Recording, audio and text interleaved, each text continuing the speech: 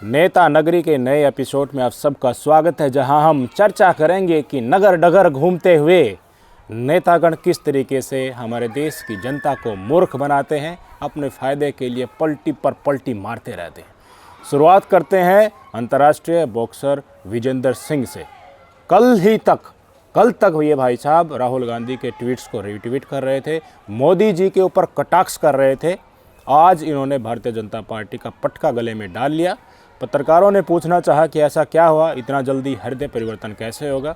कल तक तो आपके कयास लगाए जा रहे थे कि आप राम राज्य की मथुरा सीट से कांग्रेस के प्रत्याशी होने वाले हैं और आज बीजेपी में आ गए। तो इन्होंने कहा कि मैं देखिए सो गया था और सोकर उठा तो मुझे लगा कि नहीं, मैं गलत प्लेटफॉर्म पर हूँ, मुझे प्लेटफॉर्म बदलना चाहिए, इसलिए मैंने प्लेटफॉर्म बदल लिया, अब मैं सही जगह पर आ गया हूँ। सुन लीजिए।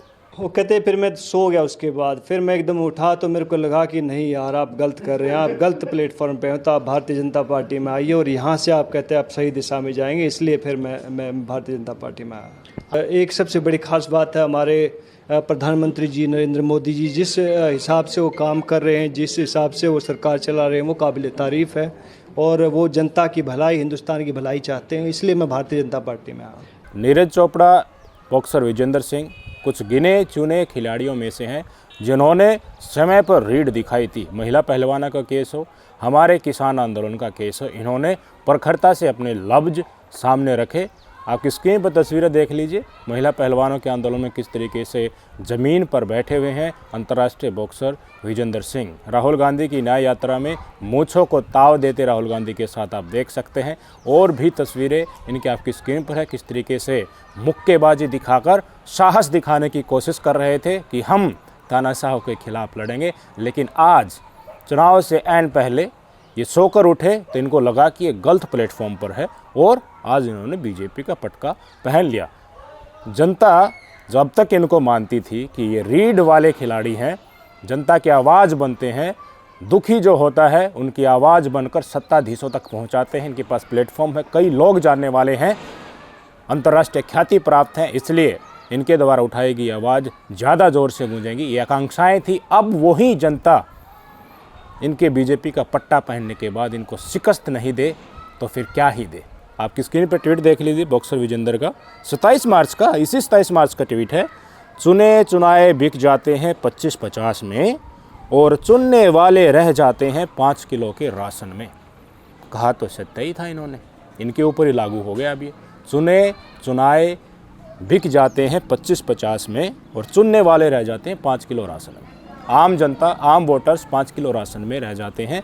अब ये इनके ऊपर भी लागू हो गया। विजेंदर सिंह खुद कह रहे हैं भारतीय जनता पार्टी का पट्टा पहनकर कि जो चुनने वाली आम जनता है वो 5 किलो राशन में ऐसे ही रहेंगी।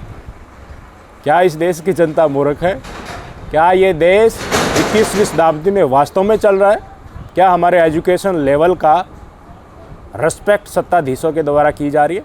नेतागण अपने फ़ायदे के लिए चुनाव से पहले जो पलटी मार देते हैं, सत्यता के साथ, एक विचारधारा के साथ जुड़े हुए होते हैं लंबे समय तक, और दबाव के अंदर जिनकी रीढ़ झुक जाती है, अपने फ़ायदे के लिए जो अपने ईमान को बेच जाते हैं, ऐसी प्रवृत्ति के लोगों के कारण ही हमारा देश गुलाम हुआ था। और अब लोकतंत्र से तानाशाह में तब्दील होने के लिए दरी बिछाने वाले लोग इसी तरह की प्रवृत्ति के होते हैं। इनसे इस देश की जनता को सावधान हो जाना चाहिए, बॉक्सर विजेंदर से खास करके। अब आते हैं, सेलिब्रिटी का ही जिक्र हो रहा है तो कंगना रनौत की तरफ। कंगना रनौत जी का स्पष्ट तौर पर कहना है, मीडिया में स्टेटमेंट आया, इससे पहले भी आए थे गिलहरी वाले, वो हमने आपको दिखाए थे, मोदी जी को रामचंद्र का अवतार मान रही थी। अभी इन्होंने कहा है कि मुझे नहीं लगता कि हम हमारे नाम और काम से जीतेंगे, हम तो मोदी जी के कर कमलों से ही जीतेंगे। हम नहीं मानते कि हम अपने नाम से या अपने काम से जीतेंगे। हमारा ये मानना है कि हम हमारे प्रधानमंत्री जी के अच्छे कर्मों से, उनके परिश्रम से, उनके नाम से, उनके बल से हम जीतेंगे। शायद यही कारण है कि भारतीय जनता पार्टी के नेतागण, संसद, मंत्री जितने भी हैं, अब वोट मांगने के लिए जा रहे हैं तो उनको खदेड़ा हो रहा है, ज़बरदस्त तरीके से खदेड़ा हो रहा है। क्यों? क्योंकि ये अपने लोकसभा क्षेत्र का हाल जानते नहीं है, 5 साल तक गायब रहते हैं। इनसे आकांक्षाएं लगाना निरर्थक ही इस देश की जनता को लग रहा है। इसी कारण कहीं पिट रहे हैं, कहीं से खदेड़ा हो रहा है, कहीं सवाल जवाब करके इनके मुंह का भूत उतारा जा रहा है। इनके मुख पर ही देश की जनता पूछ रही है कि तुम्हारे वादे जुमलों में क्यों तब्दील हो गए। 10 साल तो राज कर लिया और हमारा खून चूस हो गया क्या। आगे लेकर चलता हूँ आपको। राजस्थान में इंडिया गठबंधन के प्रत्याशी ने आज अपनी उम्मीदवारी ठोकी, पर्चा भर दिया, नामांकन उन्होंने दाखिल कर दिया। इतनी भारी भीड़ अब तक मैंने किसी के नामांकन में नहीं देखी। इवन कांग्रेस के जो बड़े चेहरे हैं, विपक्ष के बड़े चेहरे हैं, सत्ताधीशों के हैं, उनके भी भीड़ नहीं देखी। राजस्थान में भाई साहब बड़ा बदलाव आने वाला है। तस्वीरें देख लीजिए, कितनी भारी संख्या में, आदमी गिनना ही मुश्किल हो जाएगा।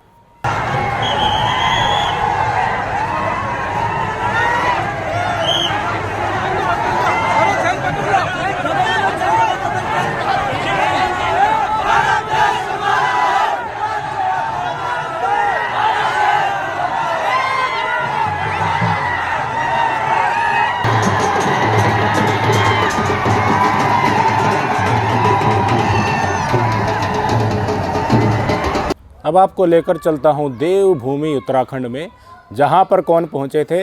भारतीय जनता पार्टी के केंद्रीय मंत्री गणेश जोशी पहुंचे थे, उनके साथ भाजपा उम्मीदवार माला राज्य लक्ष्मी शाह पहुंचे थे। वैसे ज़बरदस्त तरीके से हमारे पूर्व सैनिकों ने सवाल जवाब करके लताड़ा।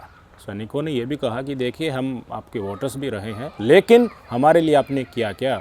हर जगह आप प्रचार करते हुए घूम रहे हो कि हर घर जल, हर घर नल पहुंचाया जाएगा, लेकिन हम वंचित क्यों हैं आपकी इन स्कीम से। सवाल पूछने लगे तो ये भाई साहब उन्हीं के सिर के ऊपर चढ़ गए। और जब जनता सवाल पूछती है तो संघियों की क्या प्रवृत्ति होती है, भारत माता की जय के नारे लगाने लगेंगे। इनके कार्यकर्ता वहाँ पर उद्यम काटने लगेंगे। वही इन्होंने क्या, जोर जोर से ताली बजाने लगे, इनके ऊपर सिर के ऊपर चढ़ने लगे और फिर वहाँ से भाग लिए। वीडियो ठीक है, हमारा देश को आजाद हुए 76 साल हो गए, लेकिन उसके बाद भी हम उत्तराखंड सरकार के जो घर घर नल है, घर घर जल है सरकार की, उससे विहीन है। अगर हम जाए तो जाए कहाँ, क्योंकि हमारे देश को आजाद लग रहा है कि 1947 से पहले। मेरी बात सुनो जी, तुम कितनी बार मिलते हो, तुम आज याद आ रहा है घर घर में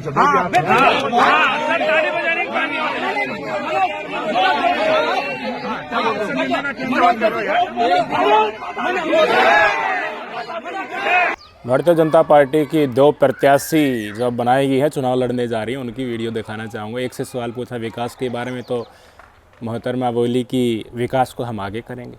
हाँ, जैसे हम चुने जाते हैं तो मोदी जी के राज में विकास को हम आगे करेंगे, जैसे विकास लंगड़ा गया हो, विकास को आगे करेंगे। दूसरी महिला थी, उन्होंने कुछ जवाब ही नहीं दिया। ये तो स्थिति है भाई साहब भारतीय जनता पार्टी के प्रत्याशियों की।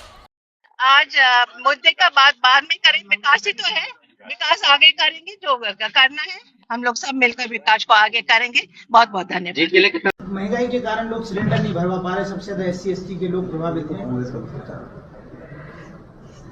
चलिए भैया बाद में बात करते हैं, ठीक है ना। अब हरियाणा में आज ये हरियाणा के अंबाला से बीजेपी के MLA हैं असीम गोयल जी। किसानों ने इनको घेर लिया, ज़बरदस्त घेर लिया और इनसे सवाल जवाब किया कि सुकर्ण सिंह को गोली क्यों मारी गई, उसका क्या कसूर था। वो तो MSP की लड़ाई के लिए अपनी मांग कर रहा था। ऐसे ही एक और भारतीय जनता पार्टी के नेता की जमकर किसानों ने विरोध किया और ऐसे ऐसे नारे लगाए जो सुनने में भी इनकी कानों के पर्दे फाड़ने वाले हैं। दोनों विरोध की वीडियो देख लीजिए, किस तरीके से, क्यों ये टिकट लौटा रहे हैं, क्यों भारतीय जनता पार्टी के नेता मंत्री सांसदगण वोट मांगने के लिए जनता में जाने से पहले थर थरा रहे हैं। इनकी जुबान पर ही किसानों ने घेर कर इनको लताड़ा है। हम किसान नहीं है जी, ये तो चलागा जी, बंद कर दो इसको, और नहीं बंद करवा दो।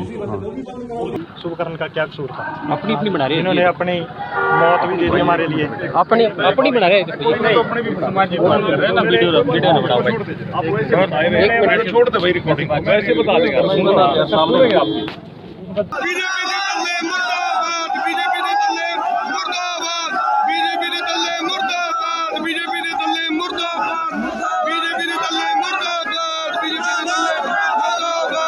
उत्तराखंड से कुछ ऐसी वीडियो आ रही हैं जिसमें खुद भारतीय जनता पार्टी के कार्यकर्ता ही आरोप लगा रहे हैं कि जो प्रत्याशी यहाँ पर आए थे उन्होंने हमारी सुनी ही नहीं, 2 मिनट भी हमारी बात नहीं सुनी और ज़बरदस्त उनके विरोध के नारे लगाए जा रहे हैं।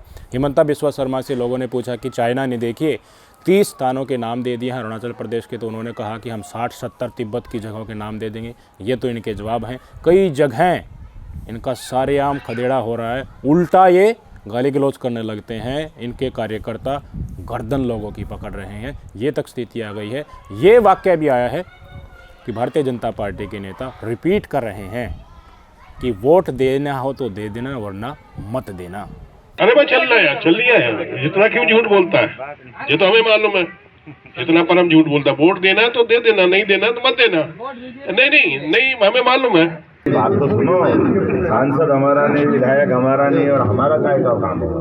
अब तो हम पहली बार आपकी सुन रहे हो, हमारे बच्चे चुनाव तो।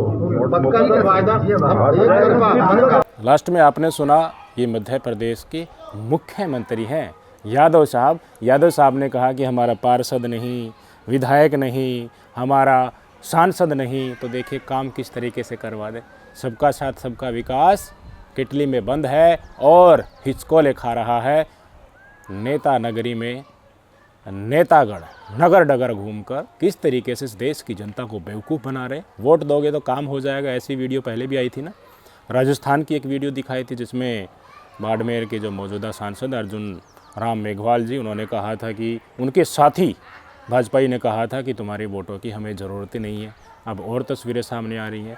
भारतीय जनता पार्टी की एक पार्षद प्रत्याशी बनाई गई है नागौर से। उन्होंने तो ये तक कह दिया कि भाई साहब देखिए, हमें भाजपा का लोकसभा में तो बहुमत है, एनडीए का राज्यसभा में और चाहिए। संवैधानिक बदलाव करने के लिए ये ज़रूरी हो जाता है। देश के हित में कई कठोर निर्णय लेने पड़ते हैं, उनके लिए हमें संवैधानिक बदलाव करने पड़ते हैं। अगर संविधान के अंदर हमें कोई बदलाव करना होता है तो आप में से कई लोग जानते हैं कि उसके लिए दोनों जो हमारे सदन है, लोकसभा और राज्यसभा, दोनों की उसके अंदर अमल चाहिए होती है। अब जो चुनाव लड़ रहे हैं मोदी जी के नाम से, कुछ गोदी मीडिया से अंधभक्ति में देश की जनता को झोंकने की कोशिश करेंगे। कोई बड़ा सुगाफा छोड़ेंगे, राम मंदिर का जिक्र करेंगे, फ्री में उसके दर्शन कराने का प्रोस्पेक्ट देखेंगे। थोड़ा सा महंगाई में राहत दे दी जाएगी, गैस सिलेंडर कम कर दिया जाएगा, पेट्रोल डीजल कम कर दिया जाएगा। बाकी रोज़गार के नाम पर, महंगाई के नाम पर, महिला अत्याचार के नाम पर कोई रियायतें और उसका प्रोस्पेक्ट्स आपके सामने रखने के इनके विचार किसी के भी नहीं है। सार्वजनिक तौर पर ये हिंदू मुसलमान का जिक्र करते हैं, तुष्टीकरण को लेकर आम जनता के बीच में आ रहे हैं। कुछ भाग जा रहे हैं, किसी को पत्थर मारकर भगाया जा रहा है, किसी को झंडे दिखाकर खदेड़ा जा रहा है। लेकिन जो भाग नहीं सकते वो हरियाणा के मुख्यमंत्री मनोहर लाल खट्टर की तरह झोली करके वोट मांगने को मजबूर हैं। एक चुने हुए मुख्यमंत्री जो कई सालों तक हरियाणा की कुर्सी जिसने सुशोभित किया, आज उनका हाल ये है कि झोली फैलानी पड़ रही है। दे दो वोट दे दो। कुछ दिमाग की बत्तियां जल रही है नेता नगरी में। नेता नगरी की सारी स्ट्रीट लाइट ऑन करके देखोगे तो हर नेता का क्या असल छवि और चरित्र चाल चेहरा है आप सबके सामने होगा। अब भी समझ में नहीं आ रहा तो भाई साहब राजनीतिक विज्ञान के ये प्रोफेसर मिश्रा जी की तरह गाय के गोबर से होली खेलो और मजे लो। गोबर की होली, गाय के शुद्ध गोबर की होली अद्भुत है। भारत के गांव में पहले गोबर की होली इसी तरह से खेली जाती थी। ये गाय का पवित्र गोबर है और इस गोबर की होली में न रंग और गोबर, शरीर शुद्ध, सब कुछ शुद्ध। ये होली अद्भुत है।